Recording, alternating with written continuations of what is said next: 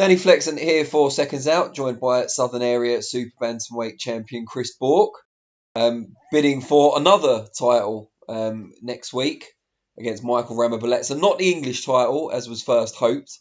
He is the reigning English champion, but there's a mandatory contender for that belt, so it can't be for that title, but it's for the vacant WBC International Silver, I believe. Yeah. Any kind of disappointment about the English title not being on the line, because you'll still have beaten the English champion if you win? Yeah, I suppose in that aspect it's a bit frustrating, but at the end of the day, at least there is another title on the line. So I'm not too fussed, to be honest. It's strange. You had kind of your apprenticeship. You beat a mixture of kind of journeymen and decent fighters, and now this year it's Southern Area, then English champion. I mean, that might be the last fight of the year, but you've had 3 fights during a pandemic, and your career's really kicked on. Yeah, definitely. I've been very lucky. You know, I've been one of the few fighters that's been able to get out and get good fights. I got a good 10-rounder under my belt on the last one, and I got another 10-rounder scheduled. So I'm quite lucky. What do you make of Michael Ramabeletsa? He's been around a long time. He's got kind of a mixed record, but certainly seems like a high-level operator at domestic level. Yeah, definitely. You can't really look into his record. He's a lot better than his record suggests, and he's been, like you said, he's been around for a long time, and he's boxed a lot of top boys. So I'm expecting a hard fight. What does it mean to you having your big fights on the same stage as your stablemate, so Louis Lynn, Denzel Bentley, especially this time around with Denzel going for the British title? Yeah, it's really good because we're all in the gym working towards the same date, and it's not only that, we're pushing each other on, and even when we're in the hotel, you know, at least I've got company with Denzel and Louis and that to chill with, really. So it's quite handy. And Daniel. Yeah. Well, Dan's not fighting on this. Not on this bill, but yeah. I bet he livens things up. Michael Ramabeletsa, we said he's a quality operator, but style-wise, what do you make of him, and do you think his style suits yours? Yeah, I mean, he looks quite awkward from what I've seen. He's quite he's very calculated and a bit awkward. To be honest, I don't really know what to expect until I sort of get in there and do a couple of rounds with him. But I think our styles will gel quite well, and it'll turn into a good fight. The fact that after a short apprenticeship you're being moved quite quickly now, that must say a lot about the faith that the promoter and management and so on have in you, right? Yeah, definitely. You know, I'm quite lucky. I feel like I got a good promoter. Well, I do have a good promoter and a manager behind me and good coaches. And yeah, we got offered the fight, and it was a fight I sort of took straight away, really. But yeah, it has been from fighting journeymen to good fighters quite quick. So it's good. It's good. You've got Southern Area, English champion. If all goes well, is the next kind of logical fight the British title, especially considering Brad Foster's also with Frank Warren? Yeah, I mean, it could make sense getting past this fight that's next, but I'll leave that to my management. What do you make of Brad Foster? Because he might be thinking about moving on from British level at this point. Yeah, I think he probably would if he's won the belt outright. He'll probably move on to bigger things. But I think Brad's a good fighter. He's got a good engine, throws a nice variety of shots. He's a good fighter. Good fighter. If he does choose to move on and you were selected for the vacant belt, do you have an idea of who that might be against? Do you see anyone else as the standout at domestic level?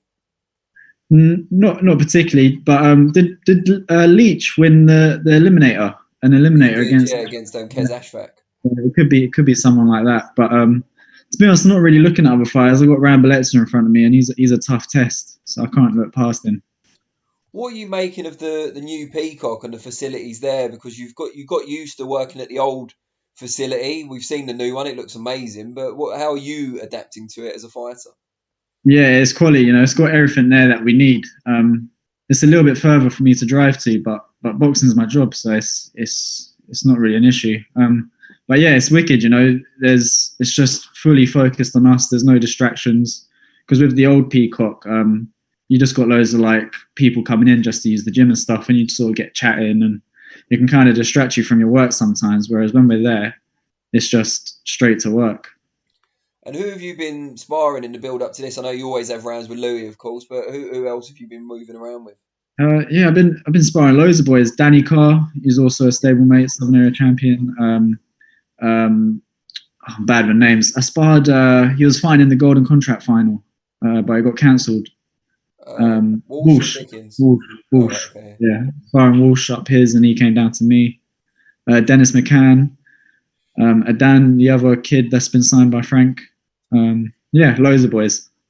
I'm going to have to ask you about that in more detail now, but I mean, let's start with Ryan Walsh, long-time British champion, forced to relinquish the belt, but in that Golden Contract final, I think it's December the 2nd, it's been Yeah, rescheduled for. What was that like? Because everyone knows he's tough and fit, but I think there's an underrated cleverness about his boxing as well. yeah, definitely. You know, he's not just a puncher. Or he can box, and he's quite clever and smart when he's in there. But it was really good rounds, good learning rounds, and just a good experience to get rounds in with him. I've done quite a few, so it was good. And then there's Dennis McCann, much talked about, much hyped prospect. We haven't seen him in the ring for a while. I think there's been some issues outside the ring, nothing bad, but stuff that he's had to deal with that's prevented him from getting back out in action. But what sort of shape was he in? What was his mindset like? And what did you make of him as a talent? Yeah, I mean, I've been sparring Dennis for quite a long time now, sort of since turning pro. But he's definitely a talent. You forget how young he is, you know. For a young boy, he's going to go far. Yeah, and we've done 6 rounds. I think he's hoping to get in before Christmas, so he's working hard. Having sparred him for such a long time, can you tell when you're in there how far you've both come in your development? Yeah, definitely. You know, we sort of laugh about it. Like as soon as one of us makes a mistake, we'll catch each other and we sort of acknowledge it. But it's not really us. It's more the coach. Like his coach Al says, like the spars get better every time we're in there. Whereas the spars always feel the same, but obviously outside people are seeing different things. That's good stuff. So what are your kind of overriding ambitions? Is it, everyone says they want to win a world title, but are there certain boxes you want to tick on the way there, or is it just means to an end, whatever route possible? Yeah, no, I mean, obviously my ambition's to win a world title. In terms of on the way, there's nothing particular, just the stepping stones that are needed to get there, really. So just whatever it will be to get there. We talked about the new Peacock and the facilities there.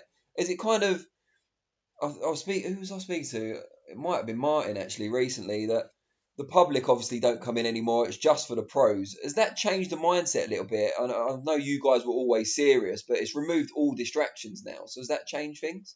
Yeah, it's definitely a lot more focused. We was always focused when we was training, but you do sometimes you get someone come in that you haven't seen for a while and you sort of have a chat.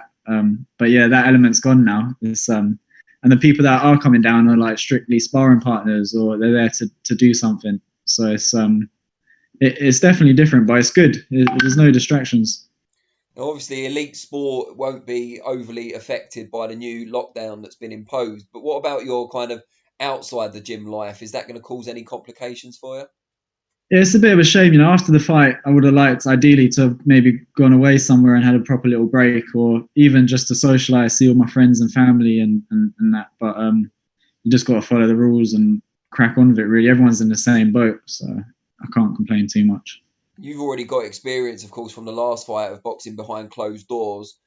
How did you find that experience? And do you think it's an advantage going in the next one? Because your opponent hasn't had that experience just yet. Yeah, it was strange. It was kind of like it was in some ways it was like a spar, but it was a lot more like obviously you're in a fight, and there's still people there, so there is an atmosphere, and like the corners are shouting, the corners are always going back and forth, so it's not like dead silent. But I'd say it probably is an advantage doing it because I know what to expect. I know how it works and like going to and from the hotel and stuff. Yeah, it can only help me really. You talk about hearing the corners more. Obviously, people watching at home can hear the corners very well also. How do you find that? Is it a benefit in that you're getting advice regularly, or is it a bit much as well? Because you're in sparring, you're used to it, but in a proper fight, normally you only get instructions in the intervals. Is it a bit off-putting? Is it too much information? Nah, not really, because I mean, even when you're fighting with crowds, you'll still hear your corner shouting information. It's just their voice is a lot louder now. There's probably more. The other boy can hear what your corner's saying as well. Exactly. So they can prepare for what you're about to do. Yeah. Oh, but that's the only difference. This fight, where do you see it in terms of your overall career plan? Like, is this your biggest fight so far, and are you seeing it that way, or are you one of those every fight is the same? Yeah, I mean, every fight is a bigger fight, but this is definitely the biggest and toughest test I've had so far. And it's for a bigger title than the Southern Area, so it's definitely a step up again. And do you keep an eye? I mean, it's early days, obviously, but do you keep an eye on the world scene and who the kind of movers and shakers are at your weight? Not really. I know sort of like the fights that are on TV and that, but I'm not like keeping a close eye on the top 10 rankings or anything like that. I obviously know the fighters, but it's not something I'm fully like looking at. And do you think the last fight seemed to open a lot of people's eyes to what you were about? It was on BT Sport, of course, and most people thought it was the performance of the night on that show. Have you started to notice a bit more attention? Not necessarily like walking down the street and people approaching you, but on social media and people talking about you more, that kind of thing? Yeah, definitely. I feel like that show got my name out there a lot more because it was billed as a 50-50 fight, and I think a lot of people were impressed with my style and how I boxed, and I got a lot of good feedback from it. So it was all positive, really. Do you like that side of things? Are you? I'm not saying are you desperate for the limelight. I'm sure you're not, but do you enjoy that side of things? Yeah, it's nice to do all the hard work and get appreciated for it, and people acknowledge it and praise you for it. Of course, yeah, You think you might need a better nickname as you go on? yeah, yeah, Might have to put it out to the fans or something. Pick yeah, your yeah, definitely. good stuff. All right. Well, very best of luck, obviously, for next week. We look forward Cheers, to mate. watching it and hopefully another step on the journey. Nice one. Cheers, Dan.